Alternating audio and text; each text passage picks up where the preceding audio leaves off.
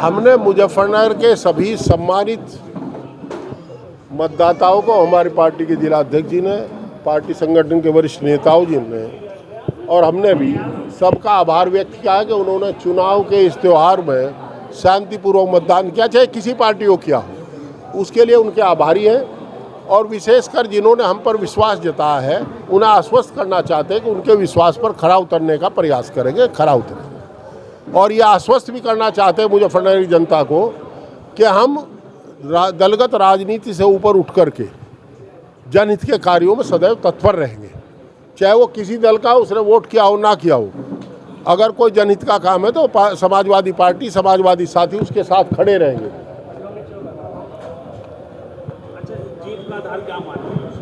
समाजवादी साथियों की मेहनत, हमारे नेता का चमत्कारिक व्यक्तित्व, जो चमत्कार अखिलेश यादव जी ने दिखाया है, उनके और वो में चमत्कार क्या, उनके जो मुख्यमंत्री काल के काम थे उसकी लोगों ने तारीफ की, पढ़े लिखे लोगों ने, मजदूर ने, गरीब तबके ने, सब ने उनको सराहा है। इसलिए पूरे प्रदेश में इतना वोट मिला है। अच्छा, आपने एक बात कही थी कि प्रदूषण को लेकर ज़्यादातर लोगों को बीमार हो रहे हैं, तो उसमें क्या आपसे मेरा अनुरोध है कि आप चांदपुर से लेकर के नरे तक का भ्रमण कर लें, फिर मुझे बताओ कहीं मेरा ज्ञान मिथ्या तो नहीं है। आपने भी टोल हटाने की बात की है। मैंने इसलिए कहा कि एक आदमी अपने माता पिता का, कभी कभी अपने पुत्र का अस्थि कलश ले करके जाता है और निर्दयता से उस अस्थि कलश को उस अस्थि कलश वाले से टोल वसूलते हैं, तो मानवता है ये क्या है? कम से कम जो अस्थि कलश लेके जा रहा है उसे टोल मुक्त कर दो यार। आपने देखा होगा सब वाहन पर कर नहीं लगता, जब सब वाहन पर लगता है तो अस्थि कलश पर भी ना लगे। टोल के साथ साथ टोल भी वसूल लगाता है और मार पिटाई भी की जाती है। मैं हर गुंडई के खिलाफ हूँ। कानून अपना काम करे, किसी को कानून हाथ में नहीं लेना चाहिए। ये हमारी पार्टी नेता के सख्त निर्देश है कि समाजवादी साथी अनुशासित रहें और कानून का पालन करें, तो हम चाहते सब करना चाहिए। उद्योगों को बढ़ावा देना होगा, उद्योगों को संरक्षण चाहिए। आप देखिए उत्तराखंड में बिजली सस्ती है, हमारे यहाँ बिजली महंगी है, तो कैसे वो मुकाबला करेगा? फिर आप जीएसटी में कुछ सिंडिकेट बना रखा है, उनकी जीएसटी में छूट है, इनकी लूट है बेचारों की। यार उद्योग बढ़े फूले तो रोजगार मिलेगा, कर संग्रह बढ़ेगा। अब जब रोजगार मिलेगा डायरेक्ट इनडायरेक्ट, तो जो गरीब है, जो कमेरा है, जिसकी हम वकालत करते हैं, उसको रोजगार मिलेगा। हम रोजगार चाहते हैं, रोजगार जब होगा, जो उद्योगों का को संरक्षण मिलेगा, उनके साथ ज्यादती ना हो, जुल्म ना हो, उनका उत्पीड़न ना हो। व्यापारियों का उत्पीड़न हो रहा, जीएसटी के इतने नोटिस भेज दिए। हम करेंगे बात, अभी शपथ वपथ ले लें, पहले अधिकारियों से बैठ के बात करेंगे। अनावश्यक किसी का उत्पीड़न नहीं होना चाहिए। जीएसटी चोरों की आपने बात की है, जीएसटी चोरी की भाई मैं बात फिर आप मुझसे थोड़ा सा शायद विचलित हो कहीं। जीएसटी चोरी का मैंने ये कहा, ऐसा सिस्टम बनाओ या तो सभी कर लें और नहीं तो कोई भी ना करे। यो क्या होगा कि एक को तो 18% देना नहीं पड़ रहा है, 10 को देना पड़ रहा है, तो वे 10 के 10 बंद नहीं हो जाएंगे भाई। उन 10 की फिक्र है मुझे।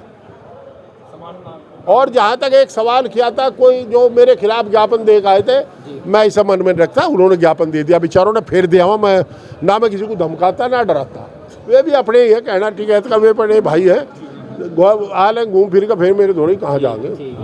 पार्टी जानते हैं कि कैंडिडेट और संगठन मोहरे होते हैं, वोट पार्टी के नाम पर है और इस चुनाव ने स्वीकार किया है, ये साबित किया, प्रमाण पत्र दिया है कि उत्तर प्रदेश की जनता आदरणीय अखिलेश यादव की नीतियों में और उनके व्यक्तित्व में विश्वास करती है, उसका सम्मान करती है, उसे वो चाहती है। उनके मुख्यमंत्री काल की प्रशंसा मैंने लोगों से गांव में प्रचार के दौरान सुनी है, शहर की गलियों में सुनी है। लोग 100 नंबर की चर्चा करते थे, राजनी अपहरण रोकने का काम अखिलेश यादव की 100 नंबर ने किया। लंगड़ा करे से अपराध नहीं रुकते, भय भी विपरीत न हो गुसाई, भय हुआ 100 नंबर से। जो देहात में माताएं बहनें प्रसव के दौरान प्राण त्याग देती थी, 108 नंबर जो आदरणीय अखिलेश यादव जी की सरकार पर चलाई थी, उसकी चर्चा मैंने गरीब मोहल्लों में सुनी। बिजली घरों का निर्माण, बिजली का जो उत्पादन बढ़ाया था इन्होंने, जो काम किया था, उसकी चर्चा सुनी। बड़े आलोचना भी सुनी कि सहारनपुर जाते हुए टोल देना पड़ने लगा। पहले सड़क सरकार में बनी थी समाजवादी में, कभी टोल नहीं लगता था। तो मैंने ये भी कहते सुना लोगों को कि यार हिंदू पार्टी है, हम तो हिंदू हरिद्वार हिंदू जा 3 टोल देने पड़े यार। तो हम तो चाहते हैं हिंदू हिंदू करके जो हिंदू को गुमराह करे, करना है तो कुछ काम कर, लोगों को टोल मुक्त करे। कम से कम हरिद्वार का टोल तो हटावे। हम लोगों को गर्व है अपने राष्ट्रीय नेतृत्व पर, और उन्होंने जो मुझ पर विश्वास जताया, मैं उनका आभारी हूं और अपने साथियों का आभारी हूं, पूरी पार्टी का आभारी हूं कि पार्टी ने उनके विश्वास को पूरा करने में काम किया। मेरे अकेले से कुछ होने वाला नहीं था। ये जीत समाजवादी पार्टी की जीत है, कांग्रेस के साथियों की जीत है, आम आदमी पार्टी के साथियों की जीत है कि उन्होंने आदरणीय अखिलेश यादव जी की नीतियों को घर घर पहुंचा करके लोगों के मन को बना करके काम किया। और आज की तारीख में एक एमपी है जिले में, मुजफ्फरनगर लोकसभा में, वो समाजवादी है। और हमारा फर्ज है, हमारी पार्टी की नीति है, ना काहू से दोस्ती, ना काहू से बैर। हम किसी भी अपने मतदाता के साथ अन्याय नहीं होने देंगे। और मुजफ्फरनगर के नागरिक, चाहे उसने हमें वोट किया नहीं किया, चाहे वो दूसरी पार्टी का पदाधिकारी भी हो, अगर कोई उसके साथ दिक्कत है, हमारी पार्टी के कार्यालय आकर के वो बताएगा तो उसकी लड़ाई भी हम सड़क से लेकर के संसद तक लड़ेंगे। ऐसी हमारी पार्टी की नीति। हम पार्टीबाजी, मुकदमेबाजी से में हिस्सा नहीं लेते। और मैं पुनः आपका धन्यवाद और मुजफ्फरनगरी जनता का धन्यवाद कि उन्होंने आदरणीय अखिलेश यादव जी की नीतियों को स्वीकार किया, उन्हें सराहा और मोहर लगा दी कि Akhilesh Yadav is the best leader of state, और we can say of northern India, and we can say that he is the best leader of India. कोई और सवाल हो बताओ। अभी सरकार ने खबर चला रखी कि आपने कहा है कि जयंत चौधरी अगर आना चाहे सभा में तो मैं अखिलेश यादव से बात करूंगा। ऐसा है, आपको गलत तोड़ मरोड़ के चला दी किस साथी ने। जयंत चौधरी राष्ट्रीय अध्यक्ष है और मैं को मेरे से क्यों आना चाहेगा वो। मैंने ये कहा था, उन्होंने कहा कि क्या आप जयंत चौधरी जी को लेना चाहेंगे। मैंने कहा पहले आप जयंत चौधरी जी से पता करो क्या वो आना चाहेंगे। भाई वो आना चाहेंगे तो हम तो अपने राष्ट्रीय अध्यक्ष जी आज अनुरोध करें, पर अभी ये सवाल नहीं है। मैं पत्रकार साथियों से अनुरोध करूं, ऐसी छोटी सोच के समाचार ना चलाओ। ये टेंटिंग उसमें आ जा। वो अपनी पार्टी के राष्ट्रीय अध्यक्ष है, हम अपनी पार्टी के राष्ट्रीय महासचिव हैं। हम अपना काम करें, जिला अध्यक्ष है, शहर अध्यक्ष है, राष्ट्रीय सचिव है, राष्ट्रीय सचिव है, जिला प्रदेश सचिव है। वो अपना काम करे, हम अपना काम करें, उनकी अलग पार्टी है। सभी साथियों को मैं एक बात बताना चाहता हूं, राष्ट्रीय लोकदल चरण सिंह वादियों का और दूसरी नए आधुनिकता का मिश्रण। चौधरी चरण सिंह के विचारधारा के 2 दल यहां बढ़े, एक समाजवादी पार्टी जो लोहियावादी चरण सिंह वादी रही हो। हर आदमी जानता है कि चरण सिंह के सबसे विश्वसनीय राजनीतिक उत्तराधिकारी अगर कोई थे, राजनीतिक साथी थे, तो वो मुलायम सिंह यादव थे। सबसे ज्यादा विश्वास चरण सिंह उत्तर प्रदेश में मुलायम सिंह यादव पर करते और उन्हें राजनीतिक मानते थे। मुलायम सिंह यादव जी और अजीत सिंह जी अलग हुए तो एक वटवृक्ष, चौधरी चरण सिंह नाम का एक राजनीतिक वटवृक्ष था, उसकी 2 शाखा हुई। एक शाखा समाजवादी पार्टी हुई, आदरणीय स्वर्गीय श्री मुलायम सिंह यादव जी के नेतृत्व में काम किया। एक शाखा राष्ट्रीय लोकदल बनी, आदरणीय स्वर्गीय चौधरी अजीत सिंह के नेतृत्व में काम किया। वक्त की बात है कि एक शाखा बढ़ती चली गई, दूसरी शाखा आपके सामने है। परंतु हमारे लिए जयंत चौधरी सम्मानित नेता है, हम उनका सम्मान करते हैं और उनकी बात को पानी देते हैं। वो हमारे खिलाफ आए पर इशारे में कह गए कि मान सम्मान प्रतिष्ठा और मर्यादा का बदला लेना है।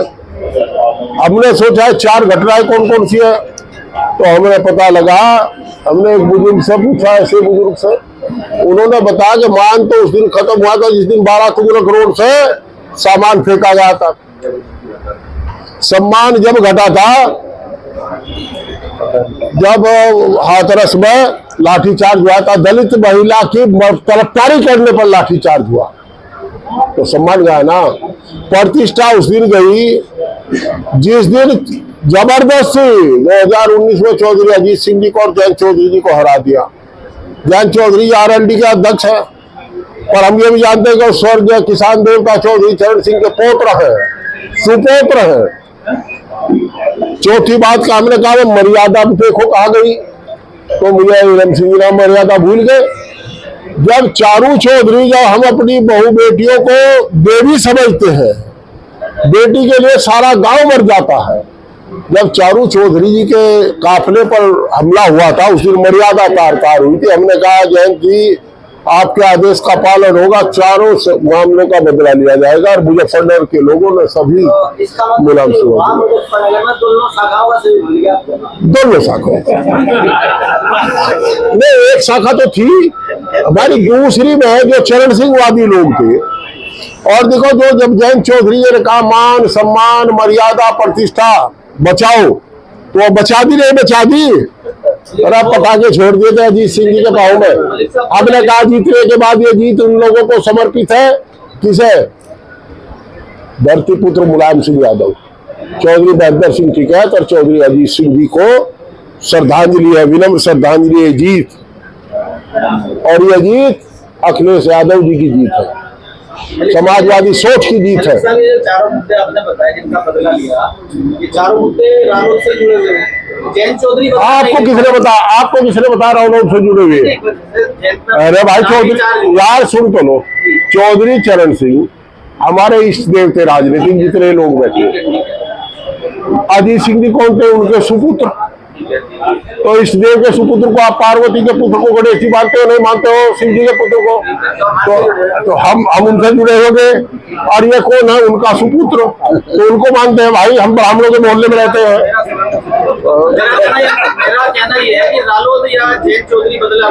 मेरा ये कहना है रालोद एक सम्मानित दल है, आप बड़ा राष्ट्रीय दल है, उसके बारे में कोई चर्चा ना करो। कौन? ये मीटिंग समाजवादी पार्टी। अच्छा, मेरा अगला सवाल ये, चुनाव से पहले एक दिन पहले मेरी बात हुई थी आपसे, बड़ी तीखी बात करते हो। आपने ये कहा था कि चुनाव की जांच होगी, संपत्ति की भी जांच होगी, और भी कई बातें आपने कही, तो वो कब शुरू होगा? ऐसा है, देखिए मेरी बात सुनो, अब कुछ बातें होती है तो व्यक्ति, हम लोग राजनीतिक लोग, हमारे हाथ में अपना व्यक्तिगत जीवन तो है, राजनीतिक जीवन हमारी पार्टी की नीति, पार्टी के साथी और राष्ट्रीय अध्यक्ष ही हमारे तय करते हैं। जहां तक संपत्ति की जांचों की बात है, अवैध संपत्ति जिसकी आप चाहो, मुजफ्फरनगर के नागरिक, जागरूक नागरिक होने के नाते आप मुझे दो, मैं उसकी जांच कराऊंगा। मैं खुद, अब अगर किसी की भी दे दो उसी करवा देंगे। आपके पास भी जानकारी है किसी के पास जो है अटूट संपत्ति है या अवैध संपत्ति? यार एक बात बताओ, आप घास मंडी में सोने का भाव पूछ रहे, मैं गांव का आदमी, मुझे बोला मुझे तो बताओ, मुझे पता है इन बातों का। आप बता दो जिसकी, अच्छा बात सुनो, जिसकी आप कहोगे उसकी जांच करवा दोगे। चुनाव के दौरान कुछ हाँ, मेरी बात सुनो, वो आज भी ये कह रहे हैं कि भले ही हम के साथ जीत गए लेकिन हम हरेंद्र मलिक से डरने वाले नहीं हैं। कमेरों के वकील हैं, हम चाहते हैं इस जनपद में उद्योग और व्यापार फले फूले ताकि गरीबों को रोजगार मिले, परंतु जो GST चोर है, जो बिजली चोर है, जो भूमाफिया है, उनका इलाज जरूर किया जाएगा। और वो इलाज हम नहीं करने के, हमारी पार्टी कार्यकर्ता नहीं करने के, हम अधिकारियों को जगावेंगे, बतावेंगे, सबूत देंगे GST चोर है। ये कम गुणवत्ता का सामान बेचता है, उसको करेंगे, ताकि जो हमारे करेंगे क्यों, जो हमारे ईमानदार उद्योग भाई है, उद्योगी है, उद्योगपति है, ईमानदार व्यापारी है, वो फले फूले। हम चाहते हैं ज्यादा ज्यादा उद्योग लगे। और ये जो एक सिंडिकेट बड़ा है मुजफ्फरनगर में, किसी को बढ़ने देते, वो सिंडिकेट तोड़ना होगा। जो सिंडिकेट ये फर्जी ट्रक पास कराता है, जीएसटी चोर है। अब ये बताइए, एक उद्योगपति ईमानदारी से उद्योग चला रहा, एक व्यापारी ईमानदारी से व्यापार चला रहा, एक जीएसटी चोरी कर रहा। 18% जीएसटी, 18% को बेचारा कहाँ कंप्लीट करेगा, उसका मील बंद हो जाता है। ये फलते फूलते हैं। मैं ये कह रहा, मैं नाम नहीं लेता किसी का, मैंने कहा मैं एमपी हूं यहाँ का, पर मैं ये कह रहा हूं कि अगर उद्योगों को बढ़ावा देना है तो समानता का आधार करना पड़ेगा। और भाई अगर जिले को तरक्की करनी तो उद्योग और व्यापार को फलने फूलने का मौका देना होगा। दुकानदार को सामान उधार दे दिया, या तो दुकानदार 1 महीने के अंदर उसका पैसा देगा और नहीं तो ब्याज डबल देगा। अरे भाई मेरी मील है, आप उपभोक्ता है, ये ट्रेडर है, ये तो हमारा तीनों का सामंजस्य है आपस में। भाई हमने तो, हम गांव के आदमी, बगरे का बाजार था, उधार ले आगरे थे 400 का, और 400 पीछे जाडों पैसे दिया करते थे। जान सट में सब ले जाओ थे, शाहपुर में ये लेते, सब लेते इसी तरह। तो भाई देखो, अर्थव्यवस्था हिंदुस्तान की नहीं है, केवल उन उद्योग, गुजरात के उद्योगों को जिंदा करने के लिए आगे ट्रेडर को मार दिया कपड़े के। हम चाहते हो खत्म हो। अब आप सदन में मेंबर हो गए, अब सदन में उठाओगे, खत्म होनी चाहिए हमारा। हम उद्योगपतियों के, मैं क्लियर कर दूं सब भाइयों, कह रहा पत्रकार साहब, आपका सहयोग चाहिए, ये छवि बनाएंगे हमारी। हम उद्योग, व्यापार, मजदूर, कामगार, कलमगार, छायाकार किसी के भी विरुद्ध नहीं है, पर हम ये चाहते हैं कि विशेषकर उद्योगों को फलने फूलने का मौका मिलना चाहिए, व्यापार को फलने फूलने का मौका मिलना चाहिए। ऐसा नहीं है कि शहर के एक कोने को शत्रु संपत्ति घोषित करा दो, एक कोने में जमीन में आग लगा दो पैसों पर। ये देखिए, हम ये चाहेंगे कि सारे उद्योग फले फूले। बस जीएसटी ना देनी पड़े तो किसी को ना देनी पड़े। 18% को कैसे कम्पीट करेगा आदमी, और नहीं तो भाई जीएसटी चोरी पर लगाम लगे, बिजली चोरी पर लगाम लगे।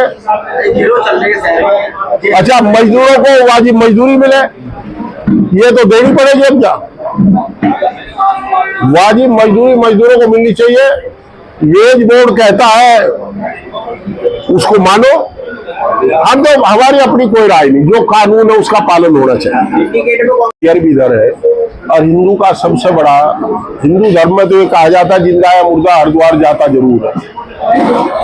अगर हरिद्वार वाली सड़क को टोल मुक्त कर दी जाए तो इस देश में पहले भी बिना टोल की सड़कें थी। मेरे याद है अम्मार रिजवी, डॉक्टर अम्मार रिजवी मिनिस्टर थे पीडब्ल्यूडी के, सीतापुर में एक सड़क पर टोल लगा था, सारा हाउस एक हो गया था कि अब हमें जजिया कर देना पड़ेगा।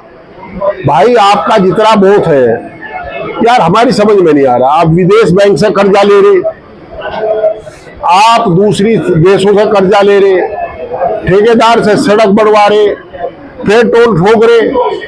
आपने कार खरीदी, स्कूटर खरीदा, जब आपने लिया तो आपने एक्साइज दी, उसमें तेल गिरवा तो एक्साइज दी, आप पास कराने के रोड टैक्स दिया, तेल में सेस दिया, रोड पर चढ़े फिर टैक्स। भाई ऐसा ना करो, एक जगह ले लो, 2 जगह ले लो, इस पर विचार करना चाहिए। फिर आप कितने दिन तक लेंगे? सुप्रीम कोर्ट के ऑनरेबल जस्टिस गुड़गांव जाते थे, उन्होंने गुड़गांव और दिल्ली के टोल को देखा, सर्वे कराया, तो पता लगा कई 100 गुना कलेक्शन कर चुके और खत्म हो गया। भाई यहाँ भी तो कोई सीमा तय कर दो यार। पहले जब टोल शुरू हुआ था तो ये था कि भाई जब ये पूरा हो जाएगा पैसा, इसे खत्म कर देंगे। अब ये परमानेंट बिजनेस बन गया। पर गरीब की क्या है, गरीब की दिक्कत? टोल भी ले रहे, पेट भी रहे, हमने भी चल लिया टोल। भाई साहब मैं ये कह रहा, गरीब की क्या गलती है? गरीब आदमी उधार सुधार कार ली और कद्दी घेड़े तो मुजफ्फरनगर आओगा तो कितने दे भाई? यहाँ 85 कितने 90 रुपए का दिखे, 90 रुपए देने पड़ेंगे।